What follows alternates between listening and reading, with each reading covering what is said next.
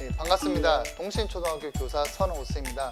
오늘 우리 아버님들과 기후위기와 그리고 이 기후위기 시대를 어떻게 헤쳐나가고 특히 우리가 아버지로서 기성세대로서 우리 아이들에게 무엇을 이야기를 해주면 좋을지에 대해서 고민하고 생각을 나누는 시간이 되었으면 좋겠습니다. 이야기에 앞서서 제 고등학교 때 이야기를 좀 해드리고 싶습니다. 1992년 때는 제가 고등학교 2학년 때였거든요. 그때 이제 제가 서점에 가서 우연히 책 한 권을 이렇게 이제 보게 되었습니다. 그 책의 제목이 바로 지구의 마지막 선택이라는 책이었습니다. 그 책의 내용은 지금 우리가 이야기하고 있는 기후 위기, 즉 기후 변화에 대한 이야기가 있었습니다. 그리고 제가 이제 그 책을 읽고 사실 환경에 대해서 관심을 갖게 돼서 이제 대학 첫 번째 전공을 대학교에서 환경공학을 전공을 했고요. 그 졸업하고 다시 공부를 해서 이제 교대 들어가서 마치고 제가 이제 학교 현장에서 우리 학생들과 같이 이렇게 환경에 대해서 여러 가지 실천도 하고 고민도 하다 보니까 오늘 이 자리에 이제 이렇게 또 우리 여러 아버님들 앞에서 기후 위기에 대해서 이야기를 할 수 있게 되었습니다. 그래서 1992년은 제 인생에서 상당히 중요한 해였습니다. 그런데 제가 나중에 공부를 하다가 보니까 1992년이 지구 환경에 있어서도 매우 중요한 해라는 것을 알게 되었습니다. 바로 1992년에 지구환경회의가 브라질 리우에서 열리게 됩니다. 그때 지구 정상들이 모여서 세 가지 협약을 체결하게 됩니다. 즉 지구 환경을 위협하는 위험에 대해서 우리가 대응을 하고 문제를 해결해 가자는 약속을 한 거죠. 그 내용이 뭐냐면 첫 번째 생물 다양성 협약입니다.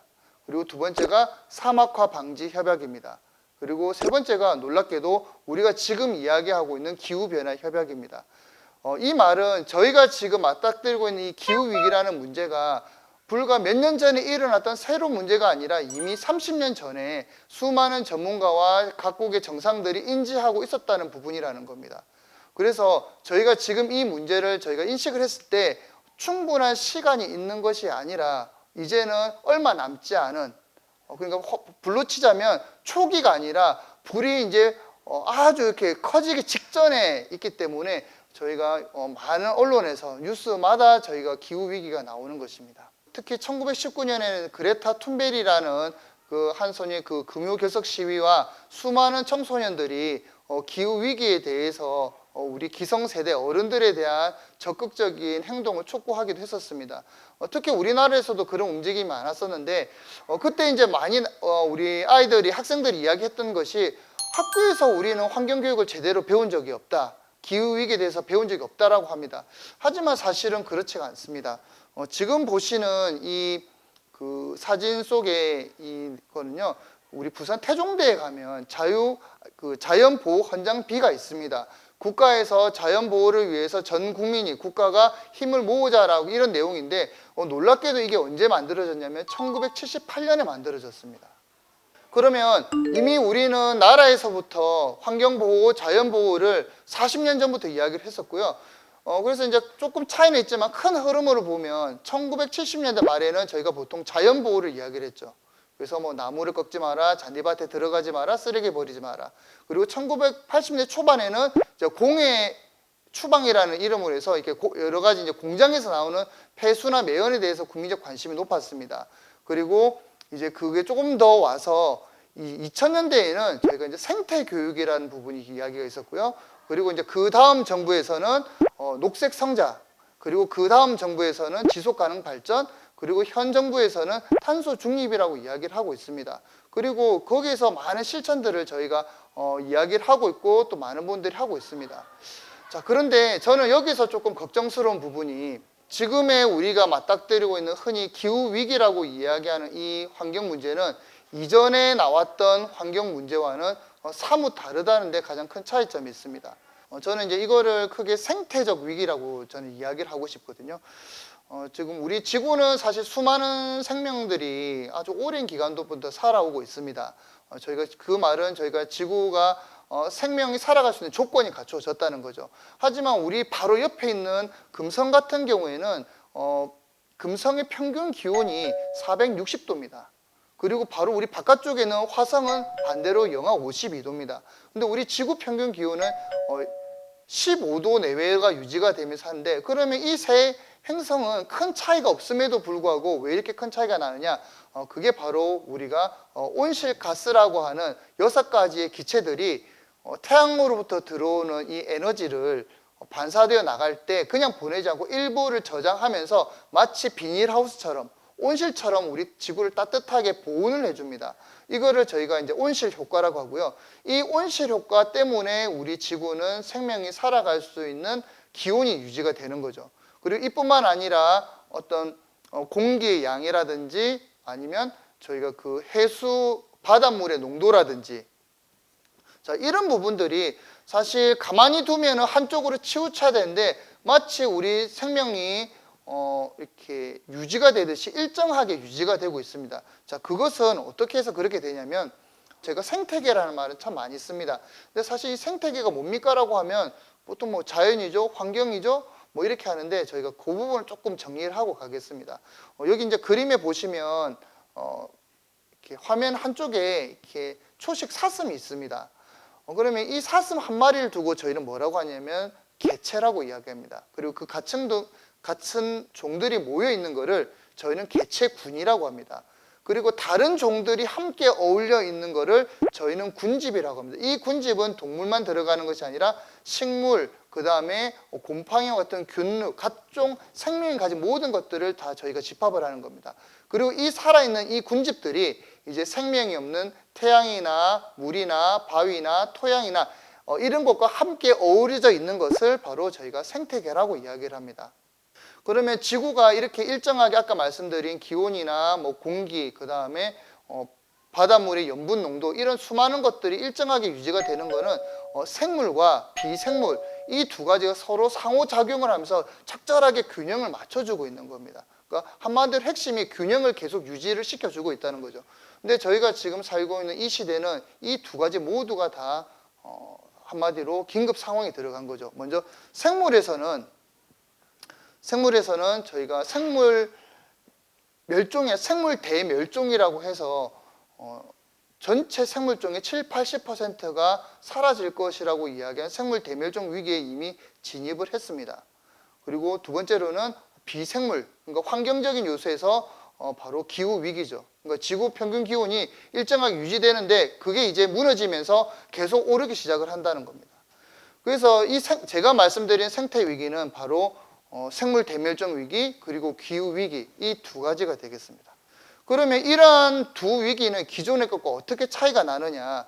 자, 먼저 생물 대멸종 위기 같은 경우에는 이전에 저희가 멸종을 하면 그냥 뭐 몇 가지 종류가 해서 우리가 못 본다 정도였는데, 이제는 이 다수의 이 생물들이 멸종하기 때문에 생태계를 유지하는 한 가지 축이 무너져 내리는 겁니다.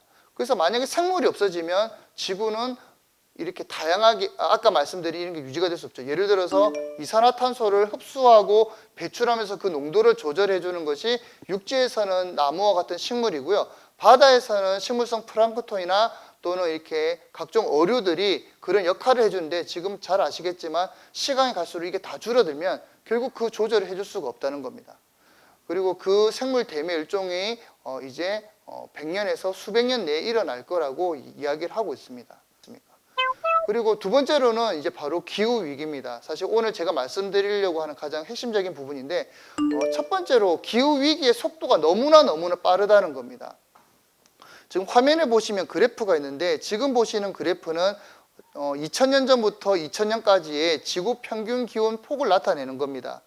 그러면 가운데 이제 보시면 이게 0도를 기준으로 과거 2000년간은 지구 평균 기온은 15도에서 약 조금 내려갔는데 최대 많이 내려갔을 때가 0.8도가 내려갔습니다. 그리고 그거를 저희가 소빙하기라고 하고, 특히 이때 전 세계적으로 농작물 흉작이 들면서 대기근이 닥쳤습니다.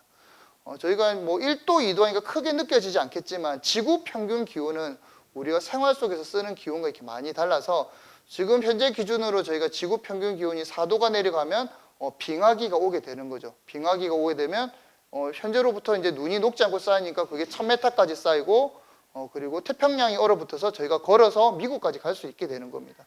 그게 불과 4도가 떨어졌을 때 이야기라는 겁니다. 지구 역사에 이렇게 기온이 몇 도씩 오르륵 내리라는 적은 많이 있었습니다. 하지만 그것이 아주 오랜 기간, 적어도 수만 년, 수십만 년, 수백만 년에 걸쳐서 일어났다는 거죠. 자, 그러면 지금 많은 기후학자들이 2100년까지 온도를 지금 예측을 하고 있습니다. 근데 불행하게도 1992년부터 예측치가 가장 최악의 경우로 지금 맞아 떨어지고 있거든요. 지금 이제 보시는 화면은 제가 이거를 조금 더 축소를 해서 2100년까지 나타낸 건데, 화살표가 가리키는 끝 지점이 2100년도입니다. 그래서 조금 이렇게 화면에 비해서 그래프가 작은 거 아니냐라고 생각을 하실 텐데, 자, 그러면 기후학자들이 이야기하는 2100년도에 이대로 우리가 아무것도 하지 않고 또는 노력을 한다 하더라도 실질적인 노력이 아니었을 때는 어떻게 되느냐? 네, 보시면 온도가 하염없이 올라갑니다. 몇 도까지 올라갔을까요? 예, 6도가 상승하게 됩니다. 아까 말씀드렸지 않습니까? 불과 100년 만에 6도가 올라가게 됩니다. 이런 적은 지구 역사상 제가 알기로는 한 번도 없었던 걸로 알고 있습니다. 그리고 현재 2021년 기준으로 저희는 이미 1.2도까지 올라와 있습니다. 자, 제가 1.2도라고 말씀을 드리니까 혹시 또 온도 하나가 더 생각나지 않으신 거, 요즘 워낙 많이 들어서 한 번쯤은 들어보셨을, 예, 바로 1.5도입니다. 자, 그러면 왜 1.5도를 이야기를 하느냐? 아까 제가 말씀드렸지만 지구는 아주 절묘하게 이 균형을 맞춰가고 있는데, 어느 순간 그 균형을 맞춰지는 점이 넘어서게 되면 그때는 그 스스로 이렇게 가속이 붙어서 우리 인류가 탄소를 하나로 내보내지 않는다 하더라도 스스로가 이제 지구 시스템 자체적으로 수많은 온실가스들이 폭발적으로 나오면서 지구 기온이 순식간에 6도가 올라가는데, 그거를 막을 수 있는 온도, 그러니까 우리 지금 현재 경제, 사회 모든 체제가 지속 가능하게 유지되면서 막을 수 있는 마지막 마지노선의 온도가 바로 1.5도라고 이야기를 하게 되는 겁니다. 근데 그러면 1.5도까지 얼마 남았느냐? 현 추세대로 하면 한 7년 정도의 시간이 있다고 합니다. 그러니까 과거의 환경 문제와는 지금 다르죠. 예전에는 저희가 노력을 하면 됐지만 지금은 시간이 정해져 있다는 것이 문제입니다. 그리고 마지막으로는 이렇게 시간은 없고 그 다음에 사항은 빨리 우리가 해결해야 된다고 하면 그 실천 역시 가장 효과적인 방법으로 이야기를 해야 됩니다. 지금 이제 제가 보여드린 책은 플랜 드로우 다운이라는 책이고, 이 연구소에서는 지구 기후 위기를 극복할 수 있는 여러 가지를 방안들을 놓고 그걸 서로 어떤 효과를 비교 검토를 합니다. 그래서 이제 지금 이제 보여준 8가지에 대해서 각각의 효과를 이렇게 하게 되는데, 이 8가지 중에서 기후 위기에서 가장 효과적으로 할 수 있는 것이 무엇일까? 뭐 보시면 놀랍게도 저희가 생각하는 대중교통 이용이라든지 뭐 태양광 발전이 아니라 가장 첫 번째가 냉매 관리, 즉 냉장고나 에어컨에 들어가는 프레온 가스를 제한하는 거고요. 그리고 두 번째로 더 놀라운 거는 음식물 쓰레기를 줄이는 겁니다. 여기서 음식물 쓰레기는 저희가 농수산물을 생산하면서부터 그때 버려지는 거나 아니면 이동, 보관 또는 조리 전, 그리고 저희가 먹고 남기는 잔반까지 모두 아우르는 겁니다. 현재 세계적으로 보면은 식량 생산의 3분의 1은 어떤 과정을 거쳐서든지 그냥 버려지고 있다고 하는데, 이 음식물 쓰레기를 최소화하는 것이 실제로 저희가 모든 저희가 에너지를 태양광 발전으로 하는 것보다도 2배 가까이 더 효과적이라고 합니다. 그리고 그에 못지않게 채식 위주의 식단도 그만큼 이렇게 한다는 거죠. 근데 저희가 지금 기후 위기를 극복하기 위해서 실천은 뭐 하냐고 여쭤보면 뭐 일회용품을 줄이고 있어요. 장바구니를 쓰고 있어요. 손수건을 쓰고 있어요. 그 다음에 텀블러를 쓰고 있어요. 그것이 필요 없다는 건 아닌데, 지금의 상황, 위급한 상황에서는 그것보다는 좀 더 효과적인 것도 저희가 같이 고민을 해봐야 되지 않나라고 이렇게 말씀을 드리고 싶습니다. 저희가 이제 기후 위기가 심화가 되면 어떻게 될 것인가에 대해서는 뭐 워낙 잘 알고 계시지만, 저희가 그래도 조금 정리하는 의미에서 제가 간단하게 말씀을 드리면, 저희가 이제 기후는 보통 한 지역에서 30년간 평균적으로 이렇게 나타난 대기의 상태거든요. 그러면 저희 나라 기후는 어떻습니까? 무슨 기후입니까? 하면 아버님이나 저나 모두 학교 다닐 때 온대 기후라고 배웠죠. 사계절이 뚜렷하고, 그리고 여름에는 비가 많이 내리고, 그 다음에 겨울에는 춥고 눈이 많이 오고. 근데 그거는 옛 이야기고, 사실 작년 올해 놓고 보시면 거기에 잘 들어맞지 않습니다. 올해 10월은 우리나라 기상 관측 이래 가장 추웠던 날도 나왔고 가장 더웠던 날도 동시에 나왔습니다. 그래서 저희가 알고 있는 이 평균적인 기후가 이제 무너지기 시작을 한다는 겁니다. 그러면서 각종 자연재해가 극단적인 경향을 보이기 시작을 하는 거죠. 먼저 폭염이 우리가 알고 있는 그런 단지 무더위가 아니라 정말 모든 것을 불태워 버릴 듯한 그런 뜨거운 폭염이 뭐 40도, 45도, 50도, 56도, 제가 말씀드린 거는 올해 관측됐던 세계 곳곳의 최고 기온들을 말하는 겁니다. 그것이 점점 더 많은 지역에서 점점 더 높게 나타납니다. 이런 폭염이 지속되다 보면 이제 대기와 그다음에 땅의 모든 수분이 아주 바싹 말라버리면서 언제든지 대형 산불이 일어나게 되는 거죠. 현재 지금 러시아와 미국에서는 아직까지 대형 산불이 잡히지 않고 6개월째 불타고 있습니다. 근데 이게 매년 그렇거든요. 그리고 이제 반대로 비가 내리면 정말 쏟아붓듯이 내립니다. 그래서 뭐 1년치 비가 하루 만에 내렸다, 한 달치 비가 반나절 만에 내렸다. 이제는 이게 우리의 일상이 될 수 있다는 겁니다. 그래서 이제는 비가 내리면 저희가 그런 것을 걱정하지 않을 수가 없는 때가 왔다는 거죠.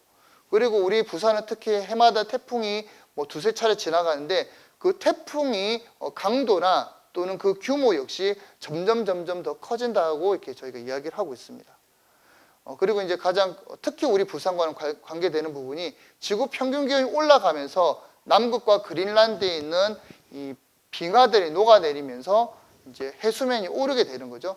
자, 그렇게 해서 바닷물이 이렇게 차오르는데 뭐 현재 시점으로 하면 저희가 그 해수면이 평균 1.2m까지 오른다고 해요. 그럼 1.2m면 사실 어른 허리보다 조금 높은 거니까 별거 아니라고 생각하시겠지만 이 해수면 상승 폭이 파도가 안 쳤을 때 이야기입니다. 그럼 여기에 만약에 만조 때 겹치고 그 다음에 태풍 때 뭐 3, 4m가 되면 지금 현재 방파제로는 도저히 막을 수가 없다는 겁니다. 그래서 이미 세계 각 도시가 침수되는 경우도 있고요. 그리고 몇몇 나라는 도서 국가들은 이미 국토 포기 선언을 했습니다. 그리고 몇몇 도시 국가들은 해안에 있는 국가들은 벌써 이 해안 차수벽을 만들기 시작을 하는 거죠. 그래서 그와 같은 것에 저희가 이제 노출이 된다는 거죠. 그리고 그 외에도 아까 말씀드린 생물 대멸종이 가속화되고 코로나19와 같은 감염병이 더 자주, 더 넓게 확산되고요. 그리고 이런 것들이 계속 오다 보면 우리 사회가 감당할 수 있는 범위를 넘어서기 때문에 경제와 사회에 극심한 혼란이 오게 되고 그게 심화가 되면 그 지역을 떠나는 기후 난민들이 나오고 결국에는 이것이 국가와 국가 간의 충돌까지 이어질 수 있다고 이야기하고 있습니다. 이것이 먼 미래가 아니라 우리 아이들이 자라나는 그 시간에 일어날 수 있다는 거죠. 그래서 저희가 이런 거를 저희가 인식을 하고 그럼 이제 어떻게 대응을 할 것인가 그 부분에 대해서 이제 좀 말씀을 드리면서 조금 이제 정리를 해볼까 합니다. 그래서 특히 이제 기후 위기에 대해서는 저희가 크게 두 가지를 해야 됩니다. 먼저 이산화탄소를 비롯한 온실가스가 나오면 최소 10년에서 200년간 대기에 머무르기 때문에 일단은 이것이 나오지 않도록 해주는 게 가장 중요하죠. 그래서 첫 번째가 온실가스를 최대한 줄여야 된다는 겁니다. 그거는 개인의 노력뿐만이 아니라 기업, 정부 모두가 이렇게 힘을 합쳐야겠죠. 그리고 그래도 나온 온실가스들은 다시 우리가 흡수를 해서 대기 중으로 나가지 않도록 잡아줘야 됩니다. 그럼 그 흡수하는 방법은 나무를 심거나 생태계를 복원해서 생태계가 다시 그 이산화탄소를 걷어들이는 거죠. 또는 기술적으로 이산화탄소를 이렇게 포집을 해서 저장을 시키는 겁니다. 이거를 저희가 뭐라고 하냐면 탄소 중립이라고 합니다. 그래서 지금 우리나라는 많은 나라들이 2050년까지 그리고 중국이나 기타 국가들은 2060년까지 탄소 중립을 이루겠다고 하는데 근데 아직 많은 부분에서는 그래도 너무 늦다라고 이야기하는 부분이 있습니다. 저희가 지금 올해 작년에 모든 활동의 기준은 뭐가 됩니까? 예. 코비드19, 즉 코로나지 않습니까? 그러면 앞으로의 시대는 이 바로 탄소와 관련되는 시대가 될 수밖에 없다는 겁니다. 그래서 그렇게 이제 그러면 개인적으로 줄이기 위해서 우리가 뭐 많은 여러 가지 이야기를 하고 있습니다. 그래서 이제 그 부분은 뭐 잘 아시기 때문에 제가 그 부분은 크게 언급을 하지 않도록 하겠습니다. 그럼 나머지 하나는 기후위기에 대응하는 방법이 뭐냐? 사실 이 부분은 지금 좀 많이 언급이 되고 있지 않은데 일단 한번 일어난 기후변화는 되돌릴 수가 없습니다. 그리고 저희가 지금 당장 탄소 중립을 멈춘다 하더라도 기후변화는 어느 정도 그 가속도가 있기 때문에 더 진행이 될 겁니다. 그러면 아까 말씀드렸던 기후변화의 부정적인 영향들이 우리에게 영향을 끼치겠죠. 그래서 그 영향을 줄이기 위해서 저희가 미리미리 대비를 해야 되죠. 그래서 자연재해에 대비해야 되고 감염병에 대비해야 되고 그래서 그 충격을 최소화해야 됩니다. 그리고 나머지 하나는 기후 변화가 일어나면서 사회나 경제 체제가 바뀌게 되거든요. 그러면 그 바뀌는 과정 중에 새로운 산업이나 그런 제도가 나올 때 그러한 산업과 제도를 저희가 적극적으로 활용을 해서 하나의 기회로 이렇게 삼아야 됩니다. 그래서 그 대표적인 예가 저희가 이제 수소 에너지, 그 다음에 친환경 선박, 이런 부분은 저희가 지금 상당히 세계적으로 먼저 앞서가고 있는 분야지 않습니까? 그리고 그 외에 뭐 비건이라든지 비건 음식이라든지 뭐 비건 패션이라든지 또는 뭐 ESG 경영이라든지 탄소세라든지 그런 많은 변화가 일어나게 됩니다. 그러면 그런 변화가 우리 아이들하고 무슨 관계가 있을까요? 예, 사회 경제가 바뀌게 되면 직업이 바뀌게 됩니다. 그래서 우리 아이들과 앞으로 진로 지도나 직업에 이야기할 때 우리 아버님들이 이렇게 지나온 기준으로 이야기를 하시면 맞지 않는다는 겁니다. 왜냐하면 우리 아버님이나 저는 이렇게 어릴 때 청소년 때 오면서 코로나에 대해서 걱정해 본 적이 없고 기후가 바뀌는 것에 대해서 걱정해 본 적이 없고 탄소를 줄여야 된다는 압박을 느낀 적도 없습니다. 하지만 우리 아이들은 그 모든 걸 안고 가야 되거든요. 그래서 그걸 위해서는 먼저 우리 아버님들이 좀 더 기후 위기나 이런 변화에 대해서 관심을 가지고 조금 더 많이 이렇게 들으시고 이야기도 나누시면서 그러면서 그러한 정보를 또는 그러한 실천 과정을 우리 아이들과 같이 한다면 우리 아이들이 기후 위기 시대를 피해갈 수는 없지만 하지만 그 속에서 오는 피해를 최소화하고 또 그런 위기를 기회로 만들어 갈 수 있지 않을까 싶습니다. 좀 이렇게 길지 않은 시간이었지만 이렇게 많은 내용을 전달하다 보니까 아마 조금 빠진 부분이 있을 텐데 그래서 제가 이제 마지막으로 한 가지 뭐 부탁이면 부탁이고 추천이면 추천인데 한 가지 그 다큐멘터리 하나를 추천하고 제가 이 말씀을 마치도록 하겠습니다. 얼마 전에 그 KBS에서 그 기후위기 특집으로 해서 4부작의 다큐멘터리를 만들었습니다. 제목이 붉은 지구입니다. 근데 저도 봤지만 상당히 이렇게 내용이 충격적이었고 조금 현실적으로 와닿았고 그리고 그 댓글들을 보면 대체적으로 이렇게 그 다큐를 보면서 눈물을 흘리셨다는 분 상당히 많았습니다. 그래서 우리 아버님 그리고 이제 우리 자녀들과 가족들과 시간이 될 때 한번 그런 다큐를 보면서 이런 고민들을 이런 이야기를 가족끼리 또 같이 한번 나눌 수 있었으면 좋겠습니다. 그럼 이것으로 오늘 제 말씀은 마무리하고자 합니다. 예, 감사합니다.